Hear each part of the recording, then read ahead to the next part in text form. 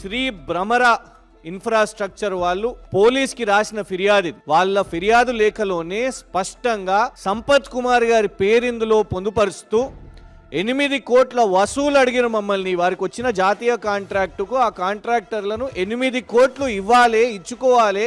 8 కోట్లు సంపత్ కుమార్ గారు వారి అనుచరులతోని మారణాయుధాలతోని, ఇది వాళ్ళ కంప్లైంట్ లెటర్లోనే డేంజరస్ వెపన్స్ అని ఆ పోలీస్ కంప్లైంట్లో పెట్టారు. మరి దీని మీద రేవంత్ రెడ్డి గారు సిట్ విచారణ చేస్తారా?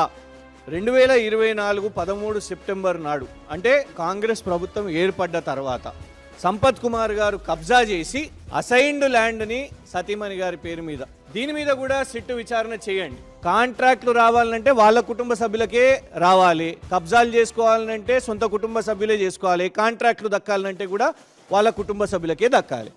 ప్రభుత్వంలో ఉన్నారు కదా, వారిగా వ్యాపారం చేసుకుంటున్నారు, అదే పనిలో ఉన్నారు అందరూ. మంత్రులు అదే పనిలో ఉన్నారు, సెటిల్మెంట్లల్లా దందాల పనులల్లా ఈయన కూడా అదే పనిలో ఉన్నాడు. ఇన్ని వ్యాపారాలు చేస్తున్నారు సంపత్ గారు. ఇవన్నీ ముట్టుకుంటే సంపత్ గారు మష్ అవుతారు. దమ్ముందా అనౌన్స్ చేయండి సిట్ విచారణ వీటన్నిటి విషయం మీద. 440 సంపాదిస్తా, డెఫినెట్ గా మంత్రి అవుతా, డెఫినెట్ గా కోట్లు సంపాదిస్తా. ఎట్లా జీతం వస్తుంది మంత్రికి 40 విల్లాలు కొనేంత డబ్బులు నుంచి వస్తాయి. నేను చెప్తున్నానండి, ప్రణాళిక చేసుకున్నారా? ఆ పొలిటికల్ ట్రాక్ లో పొలిటికల్ బరాబర్ కాంగ్రెస్ పార్టీ 19 లో వస్తుంది. మంత్రి అవుతా, నా బిజినెస్ నేను చేసుకుంటూనే పోతా, లక్షల కోట్లు సంపాదిస్తూనే ఉంటా.